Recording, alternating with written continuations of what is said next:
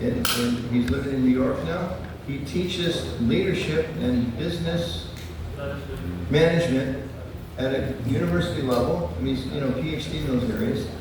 And as I mentioned the other day briefly, in the earliest days of the movement, Maharaj remembers, and many of you remember, I'm trying to remember, if somebody was like 20, that was like, wow, someone with real life experience is joining the movement, right? Forget doctors, forget lawyers, forget PhD, forget people with a master's degree, forget people with undergraduate degrees. There was none of that. So, a lot of things were done with inspiration, a lot of perspiration, not necessarily a lot of training. And we know that training you can't substitute knowledge and wisdom of the material world for the devotional qualities. We also know this as a Bhakti tradition based on the principle of engaged Vaishnavism. Prabhupada came to New York, right? He didn't go to Alaska. He didn't go to the Himalayas. He went to New York. And in New York, he went to Lower East Side, right? Like where the people were, where the action was.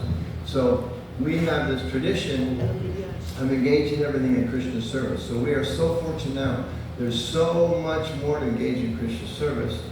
And there's also dangers of that. When you become wealthy, you become influential, you become a PhD, you have friends in high places, CEOs and stuff. It's very easy. A lot of us left religions that we found were kind of seduced by the materialistic perspective of life. They lost their real focus on devotion and humility and surrender. So it's a challenge for us now. We're gaining all these assets. How do we make sure we don't become influenced in a negative way? Like there's a nice story, I'll end with this. At one time someone was telling Prabhupada there's some yogi, guru, swami, whatever, when people would bring him money, he would put his hands behind his back. He was so renounced. So Prabhupada said, if you bring money, I will go like this. And then I will say, give more. That's how I've heard the story. So we understand the principles Prabhupada wasn't taking for himself, but for Krishna. So we need these abilities. We need professional, expert comedians to help us be a little silly and not take ourselves so seriously. We need so many expertise in all the things we do, and there's like fantastic resources here. So Sri Prahlad Prabhu, with his experience and expertise, is going to take what he's learned, what he teaches in the secular world at the university level, something we should take seriously, but particularly drawing for our benefit from the Bhagavad Gita, and particularly, as is our theme, it's a great way for us to end up how we as souls, we know we're not men, we know we're not women, we're not white, black, American, Russian, Indian, whatever, we're spirit souls, but we're in this body, and we act and we think in a certain way. There are certain propensities, pluses and not pluses, so we need to use all of these things. We need to be taught how to use these things in Christian service. So Sri Prahlad will give it like an hour and a half from now, so we don't take away your time. Let's give him a nice warm welcome.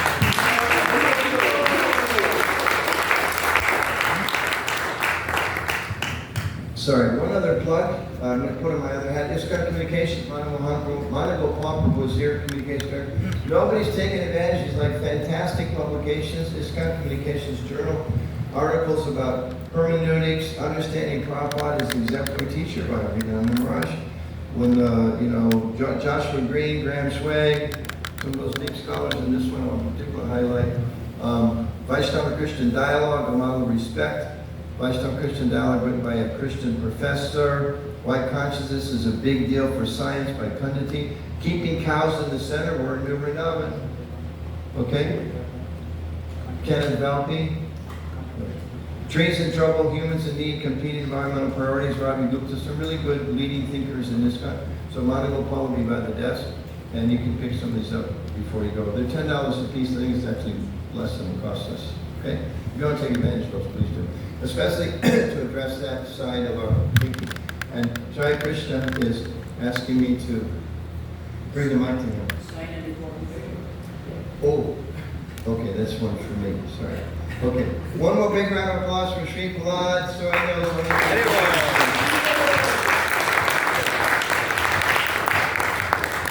Hare Krishna. So lovely to speak with you, saying how honored I am to be with you, to be joining you for Mantra retreat, and to be here in wonderful New Vrindavan. We've seen Vrindavan at different points over the years, and right now it seems to be really flourishing and abundant, and that's very inspiring as well. Leadership lessons from the Bhagavad Gita. This is an interest of mine over many years, and looked at it at different angles. This is a new angle for me, leadership lessons from the Bhagavad Gita for men.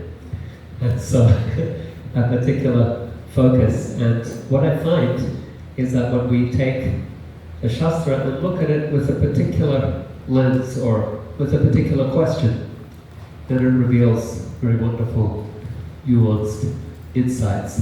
So the verses are clear in and of themselves as they are, but when we approach the Gita with a question, then we look at the Gita anew, in a sense, and there are new sources of inspiration that come out.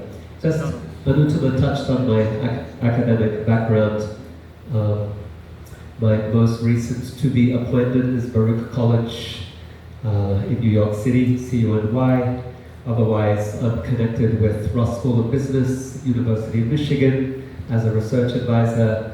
I'm connected with Emory University, the Center for Compassion-Based Science, Contemplative Science and Compassion-Based Ethics. I meet with that team every Monday for an hour, and we discuss research activities published widely in top-tier academic journals on leadership, management, organizational studies. My particular area of focus is compassion in organizations, and I get invited to speak on that topic around the world, in fact. It's my latest publication with Routledge, Organizational Compassion, A Relational Approach. Otherwise, other books that I publish are Positive Organizational Behavior and Leadership Lessons from the Bhagavad Gita, now into its second printing, first published by an academic publisher, Sage, and recently republished by Bloomsbury, which is the same publisher as the Harry Potter series. So yeah, they're a big publisher. All that PhD stuff you lost with Harry Potter,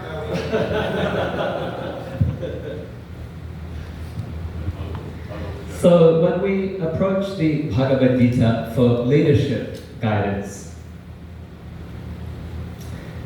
it has so much to offer, but the particular guidance, it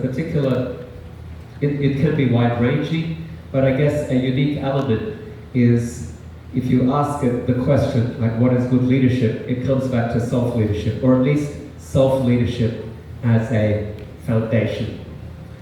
A lot of managers, they go to, like when they're looking to ancient wisdom for leadership guidance, they might go to Lao Tzu's Art of War.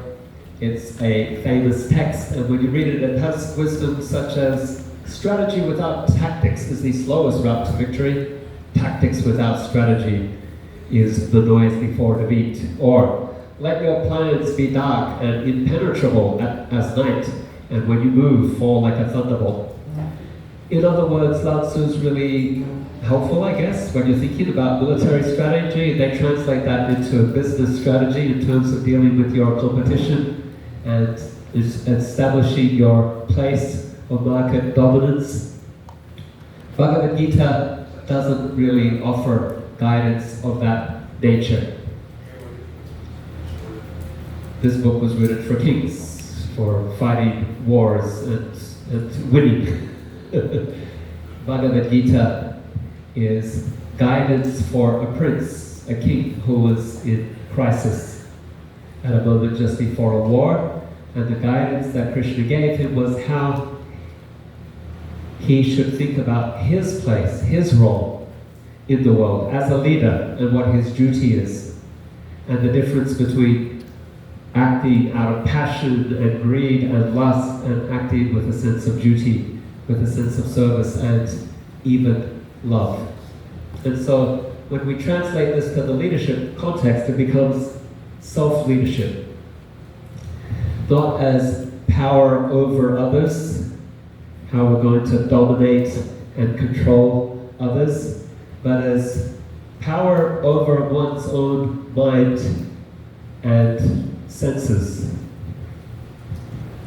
Because when we contemplate the objects of the senses, we develop attachment, from that comes lust, from that comes anger and greed. Then we lose our intelligence and we get swept under. You know the verses.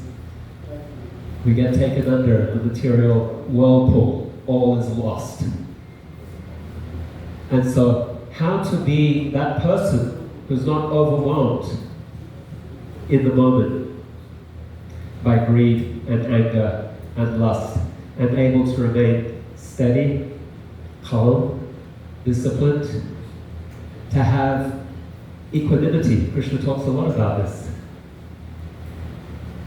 Samatva, to be in a place of sameness or equanimity in the face of life's challenges. And that is a great leadership capability. We might even say the greatest leadership capability. Being able to control one's own lust and greed. Being able to control one's own mind, because Krishna says, what does it say about the mind? Yeah, it is flickering. He says it could be our best friend or our worst enemy. And so, how to control that mind is a great challenge. And that is the focus of the yogi and of the Rajarshi, the saintly king. The saintly king has control over mind and senses and is called Goswami. And from that place then being able to provide support and leadership and encouragement and inspiration to others. Yeah? The question is, it's well known, it's so difficult to control the mind. I mean, to read is very nice, but we are not there yet, and the problem comes. Right. So, I mean, ideally one should be Rajarshi, like Maharaj Janak can rule, Right. but we are not Rajarshis. Right. Yeah, that's the problem. That's why we need to apply this wisdom and hear this and have these discussions so that we can have it as our ideal or objective or our goal. Doesn't mean we will succeed every time. But as long as we are trying and we have that as our objective, then we will succeed more times than not if we were unconscious and just acting as according to our conditioning. Yeah, so Krishna doesn't expect that we will succeed every time. Arjuna himself is in crisis, and that gives the context for speaking the Gita. But we need to have it as an aspiration.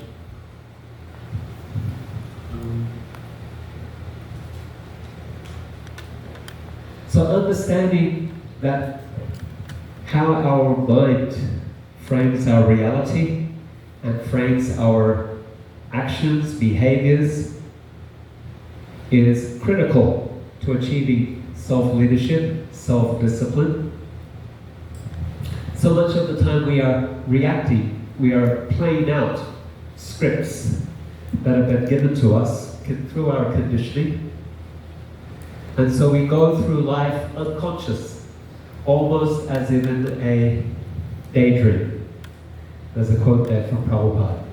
This is daydream, that is night dream. That's all. Both a dream.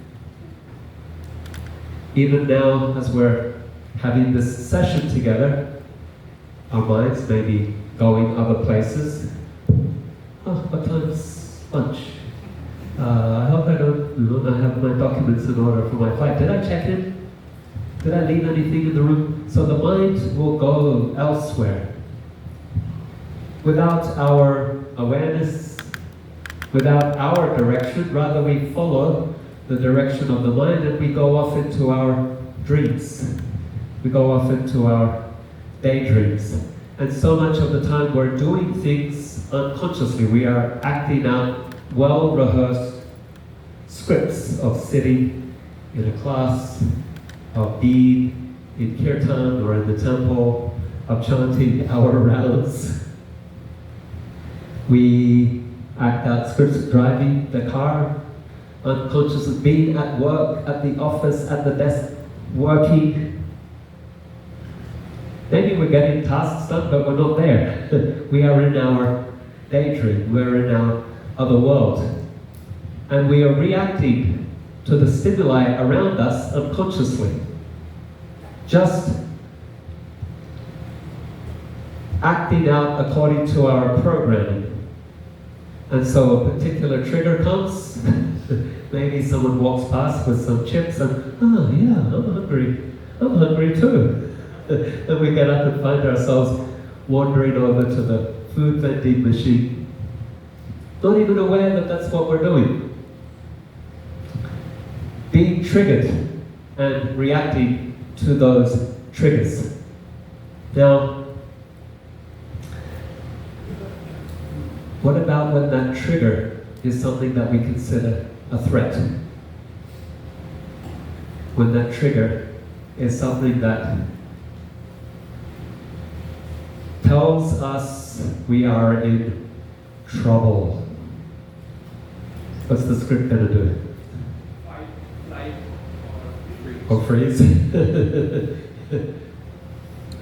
Yeah? Someone else had something? Defense. Defense, yeah. Defenses will go up. We're in trouble. We react with defensiveness. Defense mechanism. We fight, defend ourselves. We take an aggressive posture or a defensive posture. We give back the whatever negativity we might find coming at us. Or we flight, we withdraw. We get ourselves, we shut down, put up defenses and shut down from the situation. Is that necessarily the best response?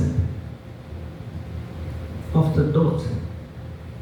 But it's our script and we are acting unconsciously. We are in a daydream, and so it's our knee-jerk programmed reaction.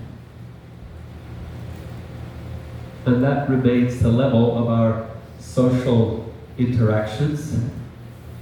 And if we are a leader, whether we have a title or not, if we're the team leader in our work group, but if we are a member in our community, we're also a leader. If we are a member of a family, we are also a leader. If we are a leader and we react that way, the knee-jerk reaction, reactivity, then what does that do in terms of our relationships with others?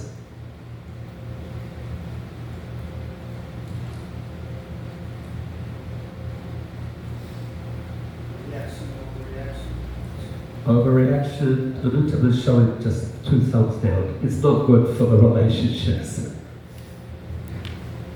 That's a bad example too. It's a bad example. Yeah, okay. A bad example. Shows weakness. Shows weakness. In what way? Insecurity. You're unwilling to learn, unwilling to grow. You're just simply just trying to protect your territory. So the response here is you're showing insecurity because you're showing that you're unwilling to learn, unwilling to grow, and it indicates an underlying insecurity.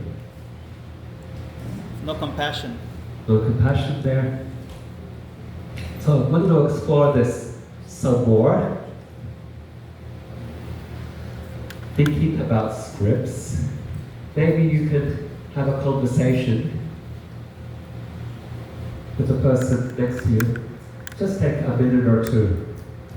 Think about scripts that inform your reactions when you are criticized, when you're in crisis or conflict. Think about the last time, recently, last week, when you were in a situation like that and how you responded. just take a couple of minutes. You can 2 minutes each. Sharing, make a friend. Guhyam Akyati Prachati, revealing the mind in confidence.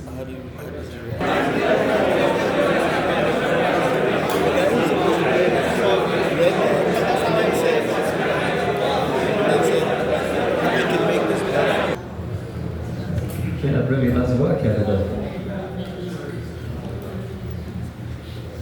Anyone have anything you'd like to share from that? I know it was, personal and intimate, but any insight that came up for you? Yeah, okay. I'm going to give you the mic. You said intimate and special.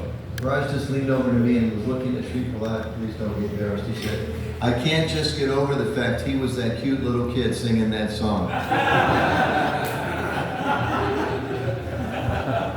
We love you. Thank you. I'm feeling the love. We'd like to check. Just now, just reflecting about,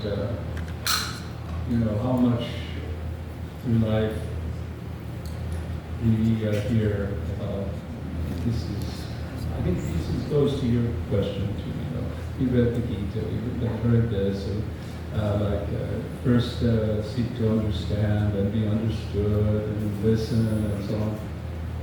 And because your second question was, think about the last time you were in one of these situations, how did you react? And I was just reflecting how habitual it is. And I'm just trying to think, did I make any progress? I heard all these things. Well, yeah, a little bit. But I'm 73 years old. So how do you accelerate? How do you accelerate such a process of taking what we learn and actually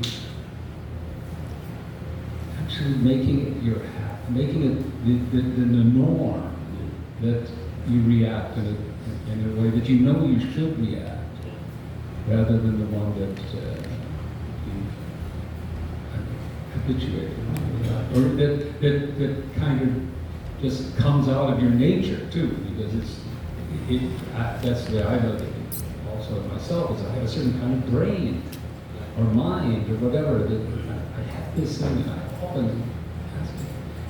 Some people talk about, you get old and you've done this, maybe your mind stops to, and I said, well, that might be pretty nice for me, and stop being so critical and fault finding and all of those things. So anyway, those are my reflections.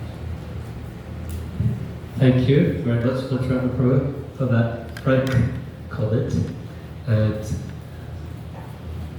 two things. So yeah, definitely that question, the last time in the past week, or the last time that that you were in that situation, how did you respond? That really does bring it home, because otherwise we're like, oh yeah, I'm pretty compassionate, I'm quite understanding.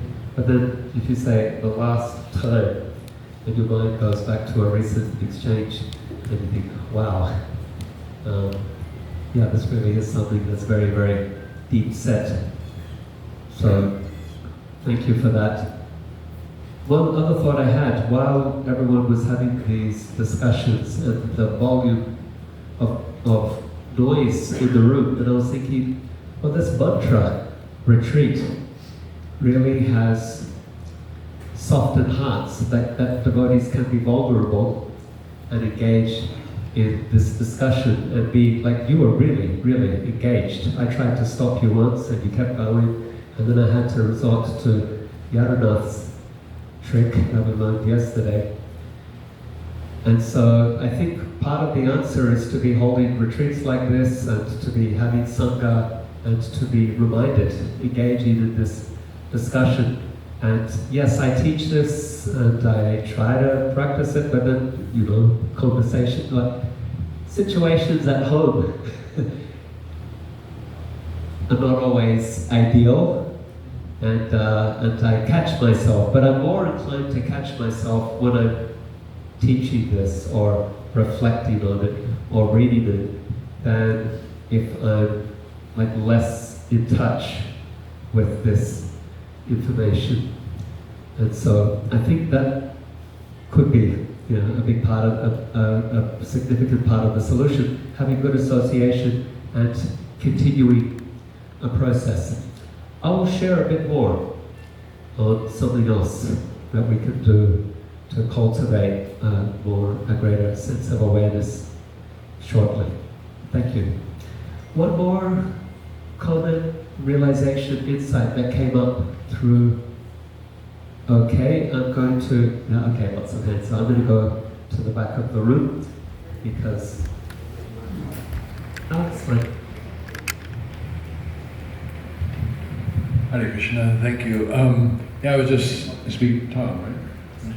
Sam. I was speaking with Sam, and I was realizing that in conflict situation, or no, in a crisis situation, somebody's coming to me and saying something, and my mind will automatically start thinking of answers instead of really listening to what they're saying, and so that's something that would be a good thing for me to do, and instead of trying to figure out their problem, just listen and maybe even kind of re-speak it back to them. So, Hare Krishna. Yeah, thank you for that. Thank you for sharing. So often in conversation, there's an insight here. We're not listening. We're listening to our own minds. We're in the conversation, we're nodding our head, we're saying, yeah, we might be using a little more sophisticated language, and, oh, that must be terrible. But in the back of our heads, we are planning something else that we could say, maybe a story that we want to tell from our own lives or whatever the case may be, rather than actually being present and really listening to what's being shared with us. Thank you for that. So, one thing that we need to be able to learn then is to, rather than react, to respond. And very famously, Viktor Frankl, I'm not sure if he was the first to say it, that between the stimuli and the response, there is choice. There is space to choose. And so that space is something that we can cultivate. If we learn to cultivate that space, rather than just reacting, rather we can respond. And that response based on stepping back, observing, being conscious of our mind's reactivity. We can stop the patterns, we can be conscious of what our base reaction might be, and we can choose something else. We can choose to respond more resourcefully. We can choose, rather than be defensive and saying, what about you? It's a famous one. Or withdraw, I'm not talking to you. We can choose to be more compassionate. We can choose to be more understanding. There's a great story that I want to tell. A devotee manager, leader in Poland. He's very expert, very capable, but also known for becoming quite hot sometimes, hot-tempered. And then he told me a story how after his son was born, he took a little time out, paternity leave, looking after his young son and his wife. And then he came back to the office, back to his service, and his first day back, someone came to his door, and they were in some kind of conflict somewhere else in the temple, and they came to him and they were screaming. Lots of anger, lots of distress, lots of disturbance. And this devotee, and they were blaming him as well. So he said usually he would have been offended that this person was screaming at him on his first day back after a long time, and that he was being blamed when he hadn't even been present over the past couple of weeks. He said, but as a father, it's very interesting. He says that devotee standing there at the door, he says, but his own son's face replaced that screaming devotee. And he thought, this is just like my son when he cries. He says, I don't know what my son wants, but I know that he's in trouble. I know that he's not comfortable, that he's in need of some kind of support. And so, seeing his son's face superimposed over that screaming devotee, he took a very different response. And he said, Prabhu, I can see you're in a lot of distress. Come inside, sit down, and let's talk about what's going on. He said it was the first time he'd actually responded like that, with empathy and compassion, and he was surprised at how quickly he was able to resolve the situation for this devotee. So he was fortunate. I mean, he had created a new pattern with his son. And so his usual reaction had been changed. He had a new pattern, a new framework to draw upon, and he was able to bring that in to his service, to his role as a temple leader. And so reframing, repatterning is possible. Retreats, discussions, activities like this can be helpful for that as well. But being conscious of our conditioning. So if we think back, you had that exercise, think about the last time you were in some kind of tense situation or conflict. How did you react? You can take note of those. And you can become aware of the moments where you do tend to become not just angry or aggressive or defensive, but also overwhelmed, distressed, wanting to withdraw. What are those situations? If you become aware of those and understand what your patterns might be through analysis, reflection, discussion, then you can also start to think about how you can respond differently in those situations. You can start to choose a new script for yourself or create a new pattern of responsiveness. Another practice that can be helpful is just being more present to life in general. And that starts with our japa. So we chant our japa, but many of us will admit that our minds are constantly wandering. They go here and there. At the end of a period of time, we look at our count and we say, oh, I chanted 6 rounds. That's awesome. I chanted 8. How did I do that? Because I wasn't here for any of them. I was checked out somewhere else. So we can start to choose to notice when the mind wanders, and we can choose to bring it back. Sometimes often we get discouraged. We say, oh, this is like impossible, trying to control the mind. At least the holy name is going to purify me over time. We get discouraged knowing that our mind is going to wander. But here's the thing, don't be discouraged by that. Rather, every time it wanders, your success will be that you noticed. You noticed and you chose to bring it back to chant attentively. That you noticed is your success. Don't think about the mind wandering as a failure. Think about your noticing as an achievement. And the more that you do that, the more you'll build a capability.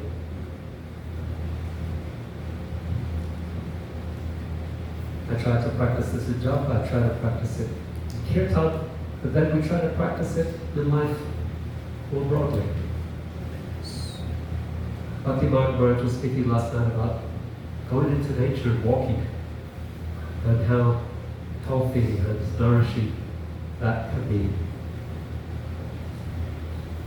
Part of it is just being conscious of who we are and where we are in space and time. So let's try this right now. Just be aware of the sounds in the room that we weren't noticing.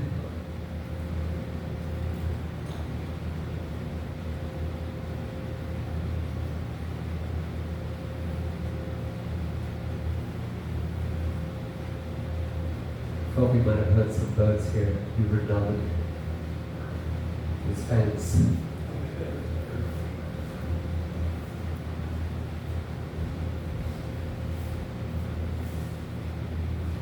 Be aware of the textures under your feet, under your seat, your back, your clothes, and your body.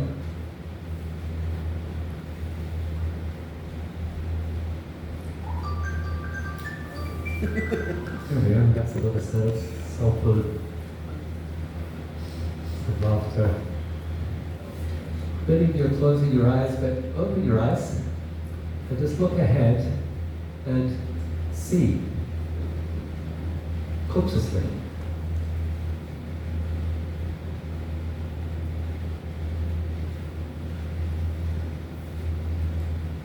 Often our perceive unconsciously, but if we pay attention to color and shapes and forms,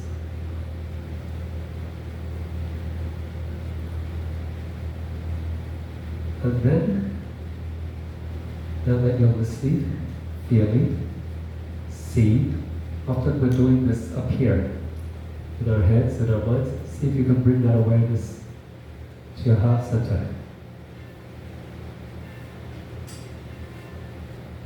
Bring it down, out of your head. Out of your head, open eyes, out of your head. Does that change the experience for you?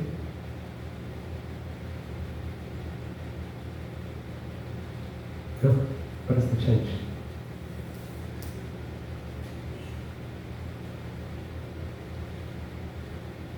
I don't expect that everyone was able to arrive there, but if you were, it's a different, yeah. Copy. Huh? Okay, you felt, okay, you felt more quiet and out of your mind. Yeah, thank you. Anyone else? Feel access to more emotion side of us, and more like you feel the warmth, the actual feelings rather than the thinking part.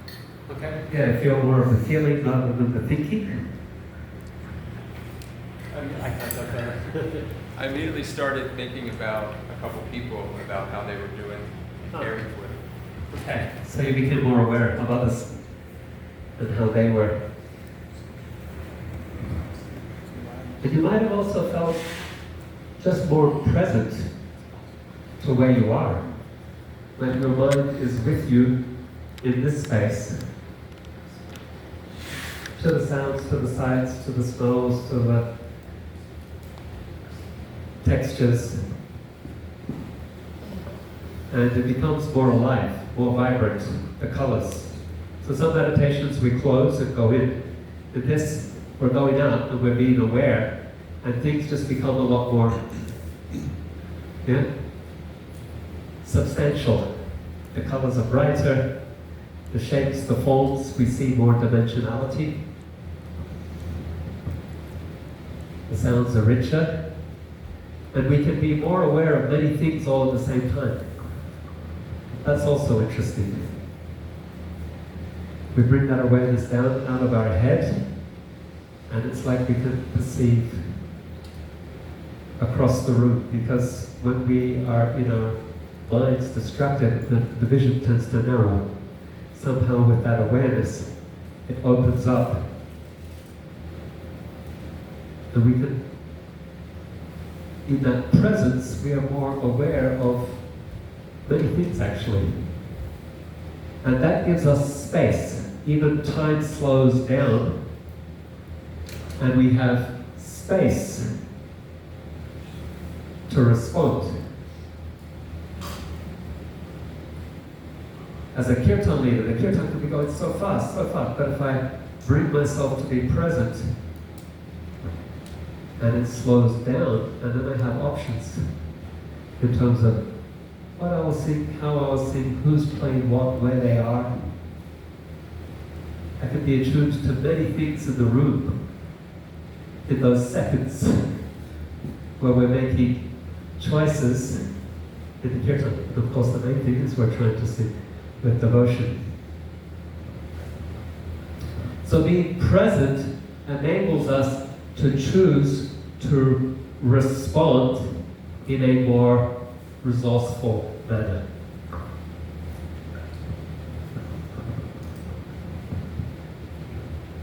When that stimuli comes at us, and it may appear threatening, it may appear aggressive, it may appear that there's an attack, that if you're present and aware and conscious and things are slowed down and there's space, you can be conscious to choose to better understand the situation in these moments and to choose the most resourceful response. Rather than I'm under attack, you might recognize, here's someone in pain. Here's someone who feels threatened by me. And I have no aggressive intention towards them at all. How will I reassure them? How will I support them? So our sadhana actually has the tools. Our 2 hours of japa every day, japa meditation, it's great training for this, for life.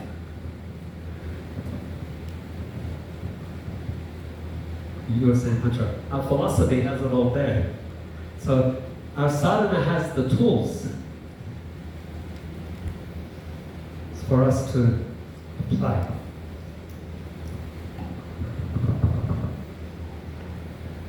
I'm going to look at some illustrative cases from the Bhagavad Gita. Arjuna Uvacha Sinayor Upayor Madhye Ratam Sthapaya Me Chuta. Arjuna says, O infallible one, please draw my chariot between the two armies. Who's the boss here? Is he really that?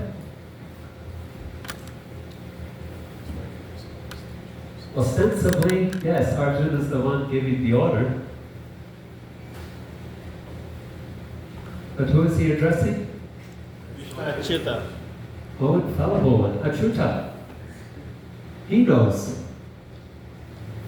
Yes, Krishna is playing the role of my charioteer. He is so much more than a charioteer. It's not that he has to be a charioteer. It's not that he needs the money. He needs a job. And this is what was available. He took up driving chariots.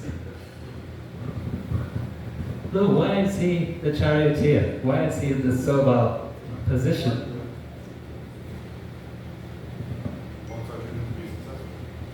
He wants what?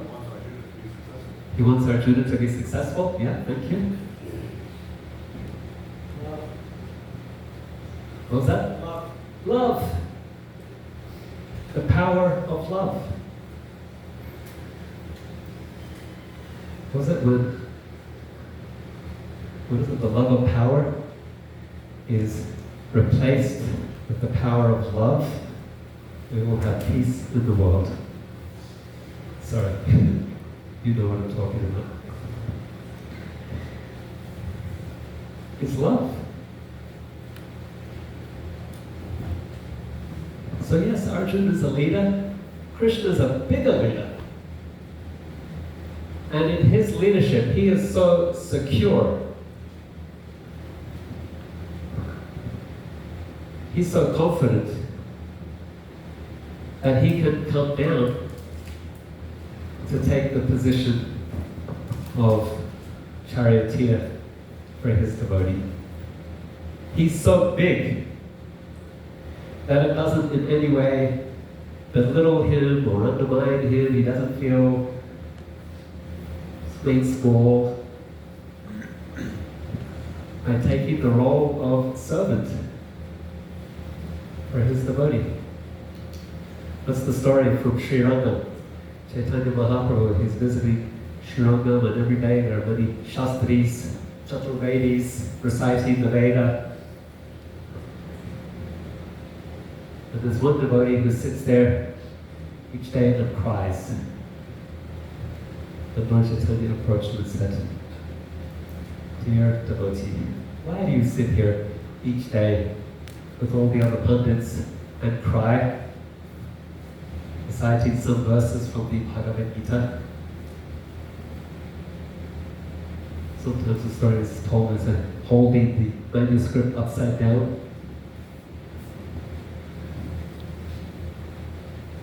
And the devotee replied, he said, "My Guru Maharaj has told me to recite the Gita every day. I'm illiterate, so I try to follow his instruction." "Is that why you're crying?" "No.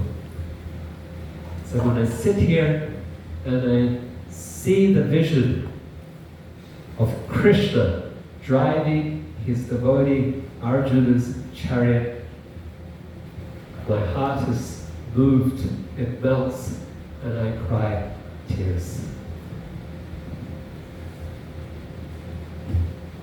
That's strong leadership. So strong, so confident, so self-assured that he doesn't feel belittled, demeaned, to be a servant of his devotee.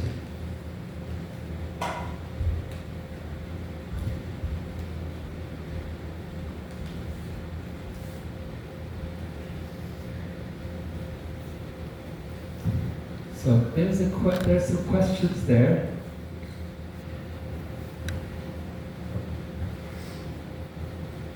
How does Krishna demonstrate leadership? I think I will ask you again just to turn to someone next to you, and if you could discuss that last question, how can you as a man lead by serving and supporting those who rely on you, especially in times of crisis? Think about those moments that might come up in your life, and just think about how you could be supportive and serving in those moments. We'll take a few minutes for this conversation. Felt was particularly insightful or some revelation for you? Yeah, Maharaj. I think as men, we need to become better friends of time. Like Krishna says, of subduers I am time. So if somebody's coming to you, a reliant, with all these emotions and you're pouring it out like Niagara Falls, then I think we have to take the time to just listen and don't just come up with a solution right away.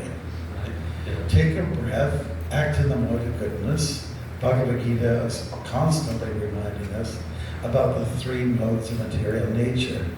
We must filter or decide, am I going to act in goodness, passion, or ignorance? That way requires take a breath and listen carefully, and then maybe repeat what was said, show that empathy. Act in goodness as opposed to passion. Oh, well, you're just this. Or in ignorance, it means, just don't do anything about it. Don't react. Yeah. So time is your friend. Yeah, thank you for that, Maharaj. That's very pertinent. And often, when we're not in goodness ourselves. We feel we don't have that time and we're stressed and high strung. And so when that emotion comes to us, it triggers us. We ourselves are already wound up, and then we unleash similar emotion. Thank you. Yeah, time is so important. Sakabuna. Yes. Hare Krishna. So, I've been through many of these type of wonderful presentations, and this is very wonderful. Thank you for pointing out these very valuable things. I guess for myself, it comes down to where's my consciousness? Because I can hear all of this. I've got tons of notes on these things. Ultimately, I end up using it as kindling for my wood stove. And yeah, but on the practical level, if I've got my rounds chanted, if I've been praying sincerely to my deities in the morning, and if I'm in that space, we're talking about space, I need to be in the space to make the space.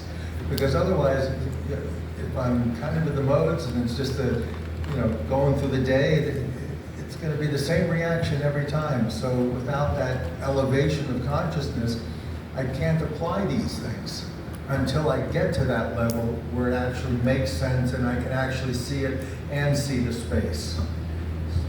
Yeah, wonderful. Thank you so much for offering that and reinforcing what Maharaj said as well, and the importance of sadhana. Like, we have the tools. This is this information comes to us, and the application is challenging. We actually do have the tools for transformation of consciousness and the cultivation of these Vaishnava qualities, Tatikshava, Kurunika, Suhrida, Sarvadehinam. They're the natural attributes of one who cultivates devotion for Krishna and sees all that he needs as Krishna's parts and parcels. And yet we get tripped up so often. Thank you. And we'll take two more. Yes, we also talked about the three modes framework. And the idea that when someone comes to us with a problem, that we don't jump because I have the answer. I know exactly what you need to do and tell them this is what you got to do ABC, right? We want to coax out the answer from them and make them firm in their decision because it is their choice at that point. But we can assist them like Krishna assisted Arjuna. Krishna told Arjuna, okay, fight. He said, no, I don't know, whatever. Let me tell you the framework of the three modes. These are your options. Goodness will become clear, passion will become miserable, like this ignorance will become insane. So now you do what you want to do. But so similarly, we can coax out. Everybody really knows the solution. They just need someone to kind of help them talk through it for the most part. And then if you give them some framework and options that based on the Gita, for example, this is the clear path, this is whatever, then it's a kind of a win-win. It's an empowering form of leadership, where sometimes when you give the answer, it's somewhat disempowering. Yeah, thank you so much for that. And I love your bringing it back also. You had similar insights to Bhaktivedanta Maharaj and Anuttama Prabhu on relating this to the three modes of determination. We had a hand at the back, and then we'll come to Anuttama Prabhu as a final word. Hare Krishna Prabhu. So I was talking to Rajeshri Prabhu, and he reflected on a very interesting and different perspective. So the question says that how can you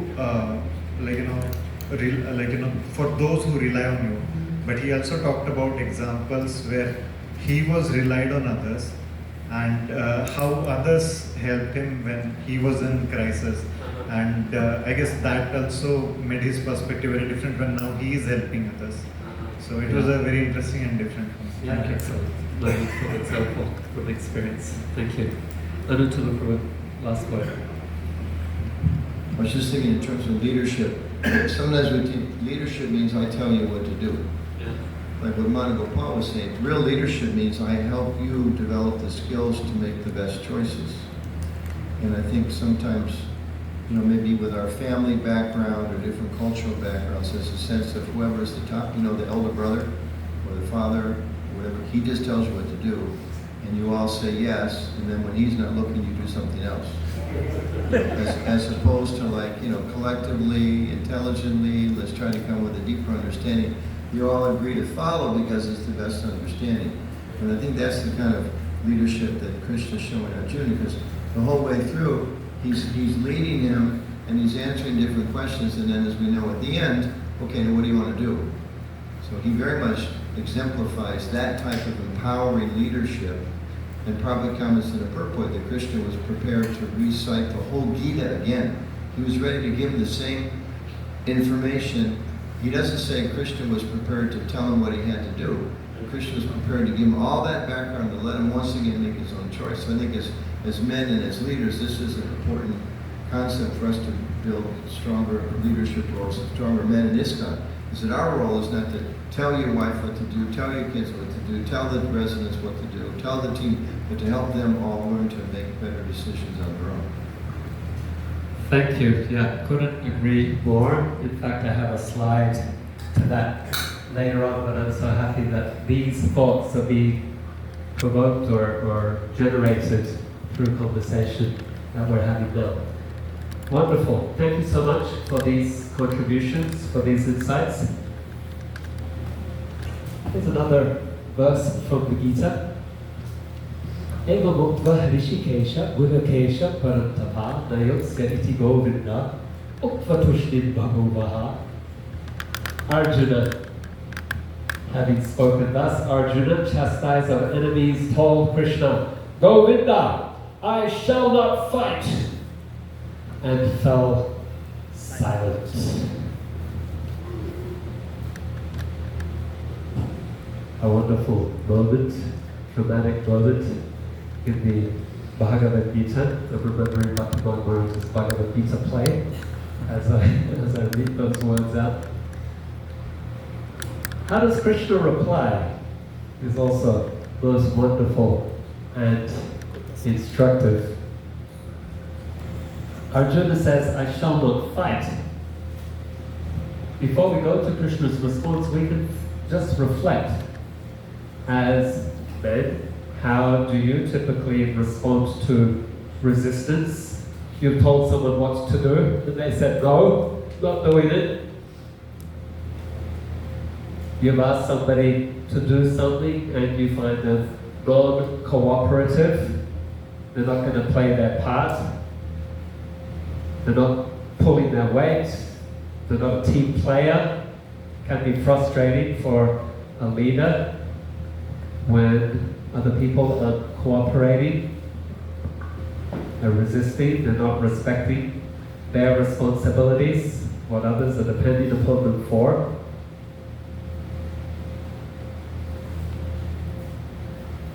How would we typically respond? Anutama Prabhu was suggesting often we might say, no, but you have to do it, I'm the leader here. I'm the one who's in charge, or I'm the husband, or I'm the man, or I'm the older brother, or I'm the teacher, I'm the boss.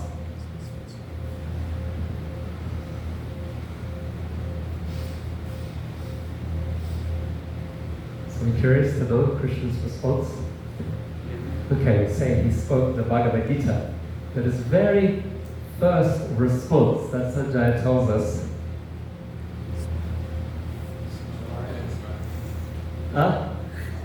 he smiles.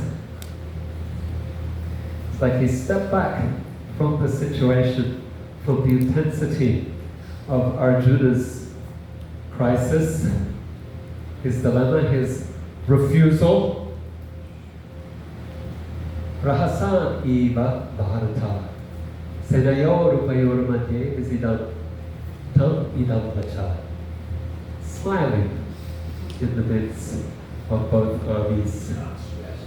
What is the smile telling us? What is Krishna communicating with this smile? Yes?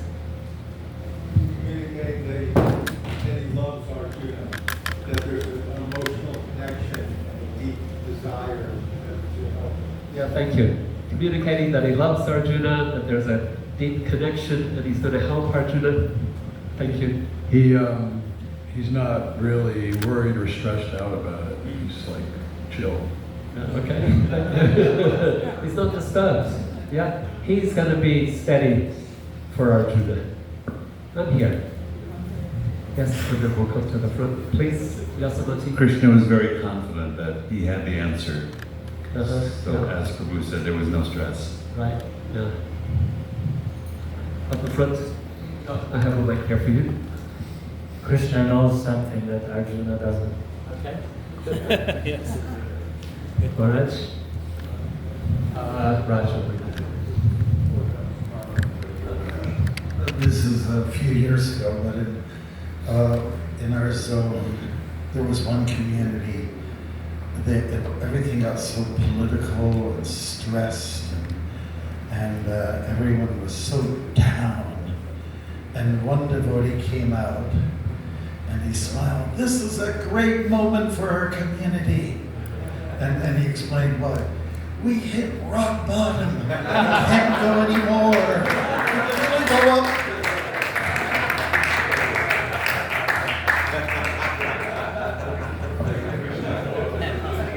I remember something like that in South Africa once. We had a big event with Nelson Mandela, and there was a lot of tension, a lot of politics, and Bhakti Tirtha says, I know this is going to be such a powerful event, this is going to be so successful, and he says, how I know it's because Maya is attacking it with all of this tension and politics. We're going to move through this, we're going to work through this, we're going to have this incredibly successful event for Krishna.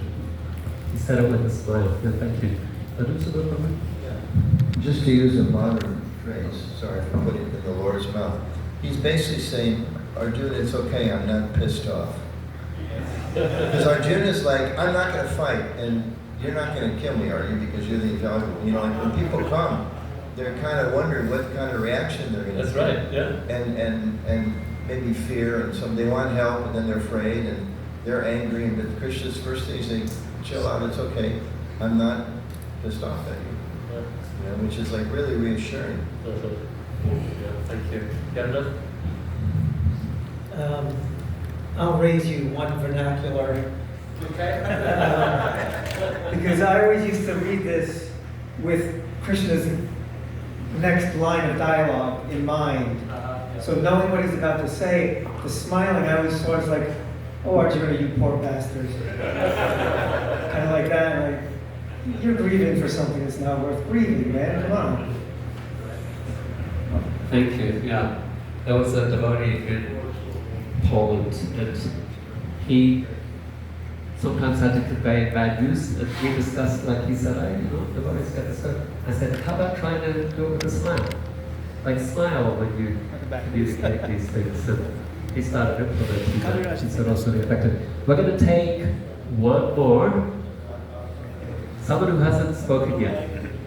There you go.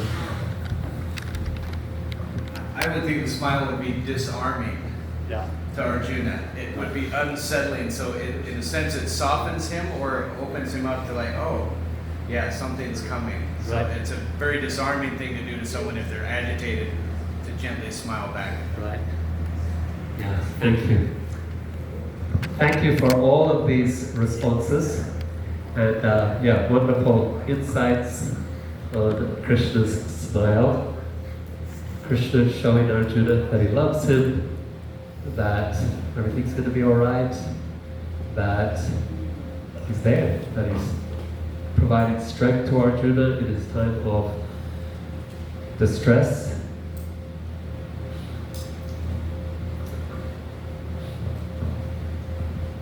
Sometimes when we talk about compassion and empathy,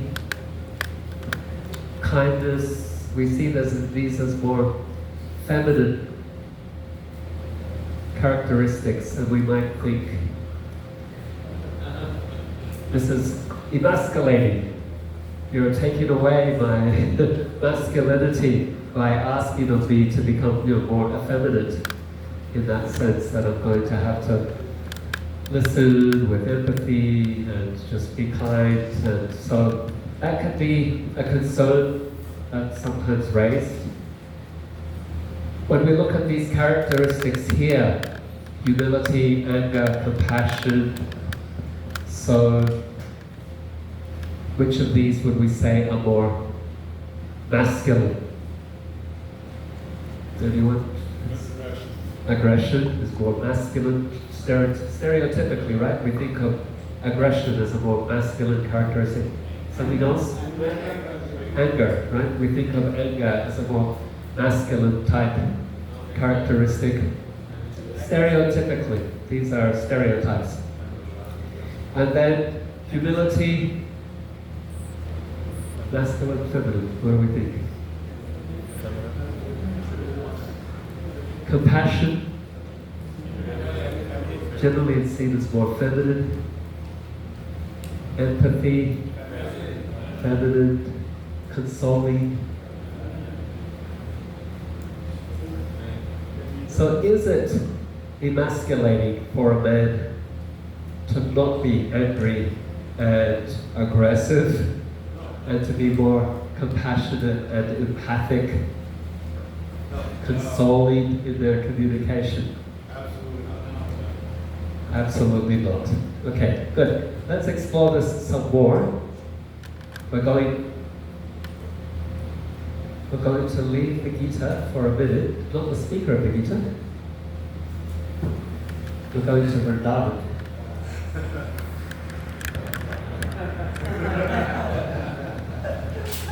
In their pastimes, who's more likely to get angry?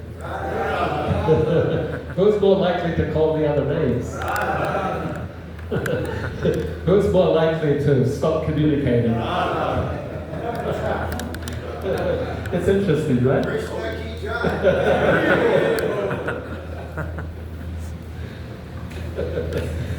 I know. It's like flips things around.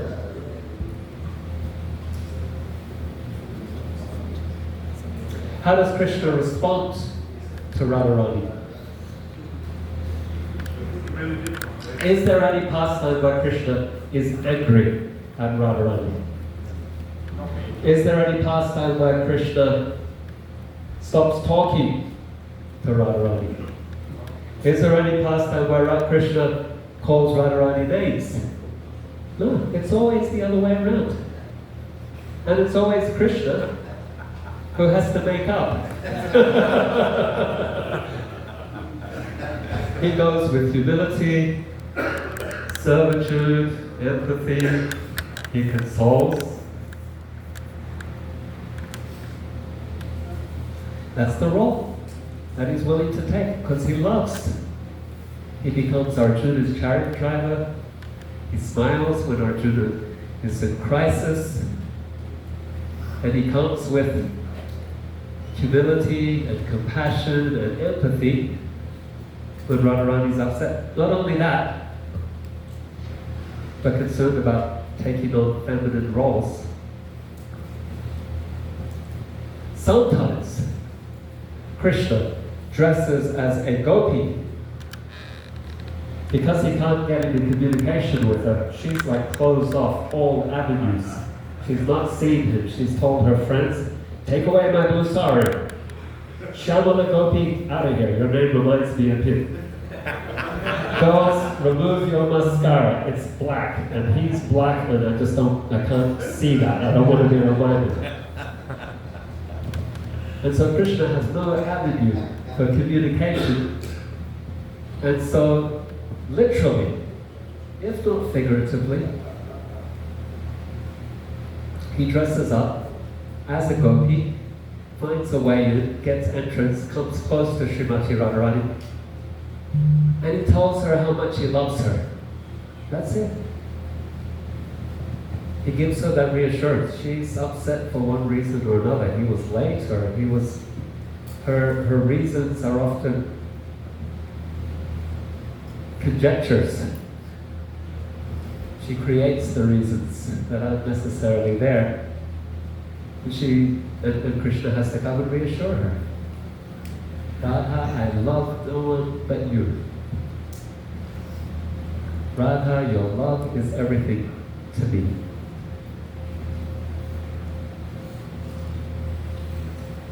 That's masculine strength. To be able to take different roles in different situations. And Krishna is also the demon killer. He doesn't kill his friends, the people he loves, the Brajvasis. But the demons that do come with malefic intent, yes, he's there to protect the Brajvasis. But he doesn't turn that anger and aggression on those who love him. And so Krishna, the demon killer, he holds them accountable. He meets aggression with aggression. But that's a different context, that's a different type of aggression, different type of anger. That's based on envy as opposed to love. And maturity is being able to distinguish between the two. But then Krishna, he's so merciful. Even those demons that are attacking him, even they he forgives. Shishupal's soul was seen to rise up out of his body and enter into Krishna's fold. Putana was given the role of Krishna's nurse in eternal Goloka Vrindavan. So even there we see Krishna's kindness, compassion, and forgiveness.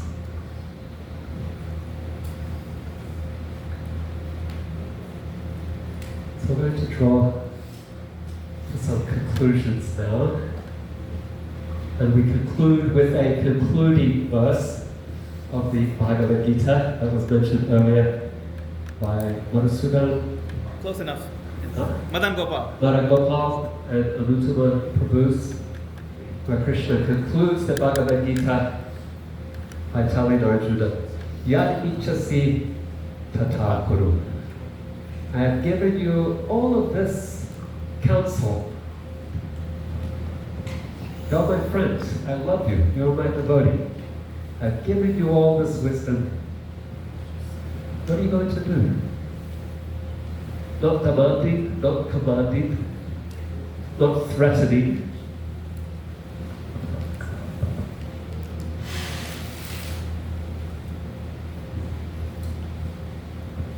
He's giving Arjuna choice, respecting him as an individual, respecting his free will, but he's giving all of us choice, respecting all of us as individuals with free will. That is Krishna. That's Krishna's leadership. How confident, how strong, how self-assured, how masculine.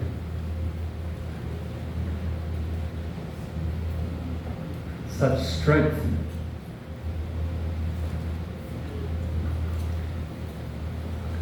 And so we could take some final pointers then in conclusion, in review. Self-leadership is about controlling the mind and learning not to react, but to respond to situations with wisdom and purpose. Krishna shows us how to lead with strength. He shows us leadership that comes from emotional intelligence, calmness, and humility, being able to provide strength when others need it. When others are feeling threatened and they're in crisis and they're bewildered as to what to do, a strong leader can be there to support them. With compassion and empathy, kindness, strength as a leader is providing support, not asserting control or dominance. So any final comments, questions? Anuttama Prabhu? The only problem is not everybody that I or any of us deals with has taken your seminar. If everybody agreed that real leadership means providing support and not assuring dominance, life would be really like Bhutan. But we walk out of here today Are we perhaps going out like sheep to slaughter in the realm of, the people, the bosses we work with, the peers that are ready to stick a knife in our back, the people that may think, well, this is just a bunch of progressive stuff, and real Christian consciousness is, sit down and be quiet. Because everything you said is great. We trying to do it, but often that question comes up.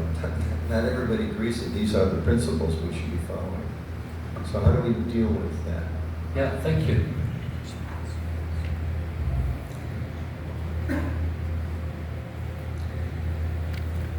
The problem is that if we all take that view, then that remains the aggressive, dominant style leadership remains the norm and the standard. But when we try a different approach that is true and grounded in the wisdom of the Gita, but grounded also in our experience when we are being our better selves. When we have been the best version of ourselves, this is what we do. This is what we know to do intuitively. So it is there in grasp for all of us. We all have moments where we fail miserably. And we also all have moments where we, somehow or other, drawing from our higher nature, we are able to respond with compassion and kindness, and we surprise ourselves at the effect. We surprise ourselves at the result, how good it makes the other feel, how reassured they are, and how good we feel as well. And so this potential is there in all of us.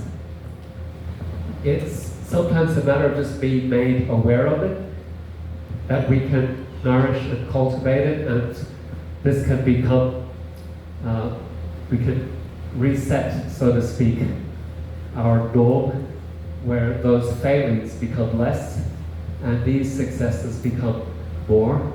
And we can also change the example for others. So even in our workplaces, when, let me just speak from personal experience, because colleagues where I work know what I stand for and what my values are, then they're more inclined to deal with me this way as well. Peers, juniors, and my bosses, my superiors, they just deal with me in a sort of way because I've set a standard for myself that also sets a standard for them. And I can see my seniors, my superiors, knowing that I hold them to a higher standard. And because they know that I hold them to a higher standard, then they deal differently. So, yes, it is possible to change cultures, and that change, as Gandhi said, begins with us. Be the change that you want to see in the world. Thank you for the question. So, yeah, back here.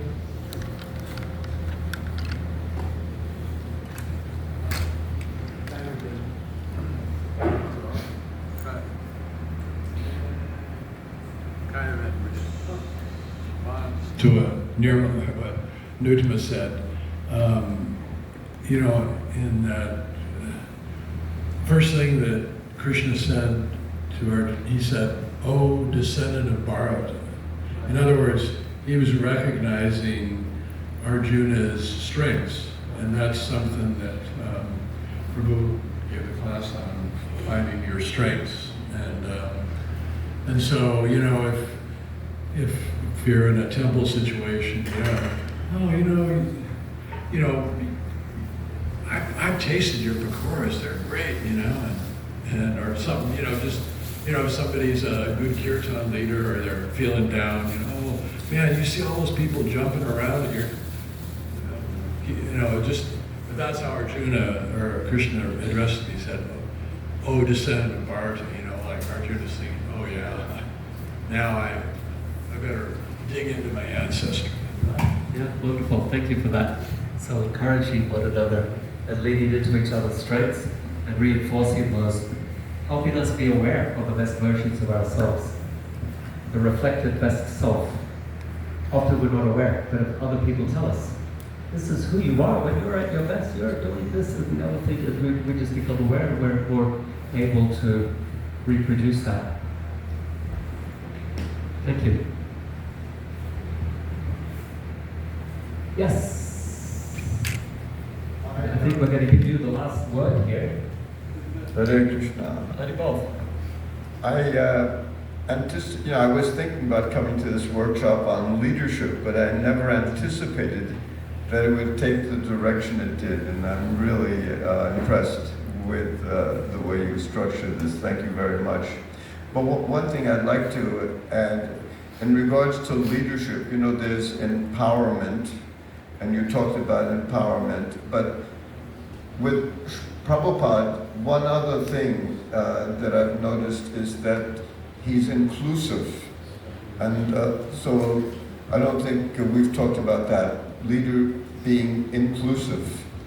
Because I first visited New Vrindavan in 1972 for Janmashtami, and I was at the cabin where Prabhupada arrived, and he and all of the leaders went into the cabin, and myself and 2 or 3 other guests were hovering at the door. And so there's the leaders of New Vrindavan are here, so many sannyasis are there. No one invited us in. But who invited us in finally? Prabhupada. So that element of inclusivity is very important in the leader. Thank you. Thank you. Thank you so much for your kind comments, and that encourages me. And your bringing to the point of inclusiveness is important and significant. In my model that I developed when I did an in-depth study of the Gita for leadership guidance, I ended up with 4 areas: self-leadership, leading others, and then organizational processes, and then the purpose or higher purpose. And so today we focused on the self-leadership area, but definitely inclusion and team dynamics would be a further discussion. Thank you for bringing that up. Okay, so we will conclude here. Thank you again for this opportunity.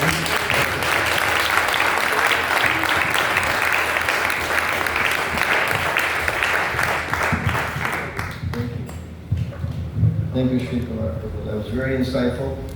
Let me ask Vadir Prabhu. So his slides, Prasanatha's slides, I don't have any slides.